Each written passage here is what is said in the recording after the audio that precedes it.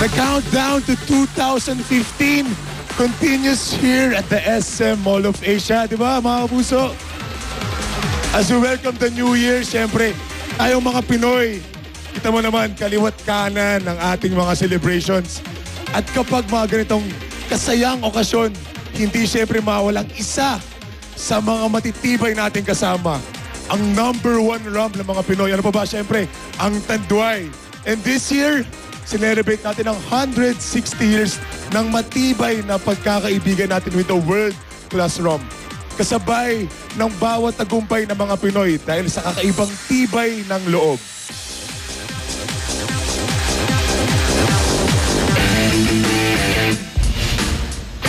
For 160 years, nakasama natin ang Tanduay sa isang matatag na pagkakaibigan. Pagsasamang pinaghuhugutan ng kakaibang tibay ng loob. Ang bawat round ng pagsubok, buong tapang nating hinarap ng may kumpiyansa dahil alam mong meron kang makakasama. Walang hamong uurungan dahil world class ang quality ng ating pagsasamahan. Anuman ang okasyon, mula noon hanggang ngayon, kasama natin ang Tanduay sa pagdiriwang ng bawat tagumpay. At ngayon, sasalubungin natin ang bagong taon ng may bagong inspirasyon. Ang Tanduay Calendar Girl ngayong 2015, Jeneline Mercado. It's really a great honor na mapili bilang Tanduay Calendar Girl for 2015.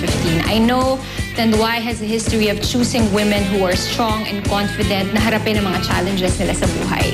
I guess the key is empowering yourself. Huwag tayong matakot na harapin ang mga challenges na dumadating sa buhay natin. Kaya ngayong 2015, sabay-sabay nating ipagdiwa ang bawat tagumpay kasama si Jeneline Mercado at ang Tanduay, the #1 rum. Para sa bawat hamon ng buhay at sa bawat tagumpay. Tibay ng loob, tibay Tanduay.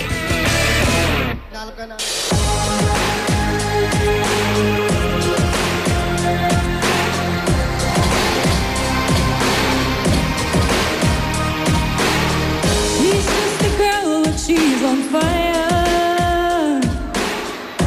Hotter than a fantasy, rolling like a highway. She's living in a world and it's on fire. Filled with catastrophe, and she knows she can fly away. Oh, she's got both feet on the ground, and she's burning it down. Oh, she's got her head in the clouds, and she's not backing down. This girl is on fire. This girl is on fire. She's walking on fire. This girl is on fire.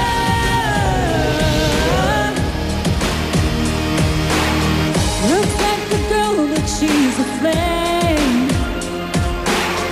So bright she can burn her eyes. Let her look the other way. You can try, but you'll never forget her name. She's on top of the world, hottest of the hottest girls. Say, oh, got our feet on the ground, and we're burning it down. Oh, got our head in the clouds, and we're not backing down. This girl is on fire. This girl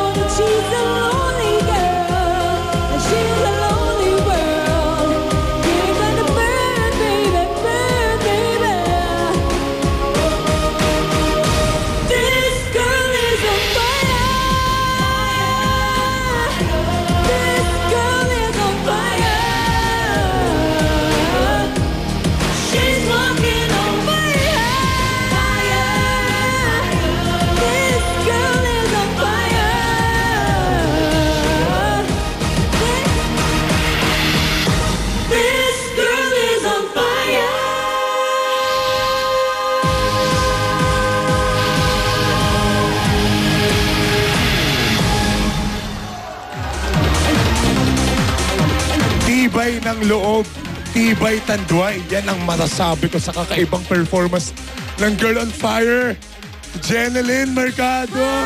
Hi, Jen. Hi. Hello. Grabe. Paano mo naman nagawa yun? Kumanta ka talaga sa apoy. Sa apoy. Sa apoy. Medyo natatakot nga ako eh. Sabi ko, ay ano ba yan? May mga apoy. Ang masasabi ko lang, talagang kailangan lang ng tipay ng loob para ma-pull off lang. But you know, Pancho, as with any challenge naman, kailangan natin may confidence sa ating mga sarili, di ba? Para ma-achieve natin yung kung ano man yung kailangan natin gawin. At yan, ang isa sa mga naituro ng 160 years ng pagkakaibigan natin with Tanduay, of course. Ang number 1 rum. Kitang-kita naman ng lahat, di ba? Nakitang-kita naman nila kung saan ka dilala ng tiba ng loob mo, Jen. Grabe. Hindi ka lang alang Fury performer ngayon. Best actress ka pa. Congrats again. Best actress ka pa. Thank you, Pancho. And syempre, so let's drink to that at celebrate natin ang tagumpay mo just as how any Pinoy will celebrate each day with Tanduay. Tama ka dyan, Pancho. Alam mo, masarap talaga ipagdiwang ang mga achievements mo kapag kasama mo ang kaibigan mo at ang mga mahal mo sa buhay who have always been there for you. Matibay na pagsasamahan na may matibay na 160 years ng world-class na pagkakaibigan with Tanduay. Again, Jen, congratulations sa iyong Best Actress Award sa Thank you, Metro Manila Pancho. Film Fest. Grabe. Thank you. And I know you will continue to inspire many of our kapuso, our Pinoys out there, yes! By being the, diba, 2015 Tanduay Calendar Girl, back-to-back na achievements mo na bunga ng tagtibay. Bunga ng tibay ng loob mo. Bunga ng tibay ng loob yan. At syempre, confidence, di ba? Kaya para sa'yo at sa lahat ng tagumpay ng mga Pinoy sa araw-araw, ito pang isang matinding performance to celebrate 160 years of tibay ng loob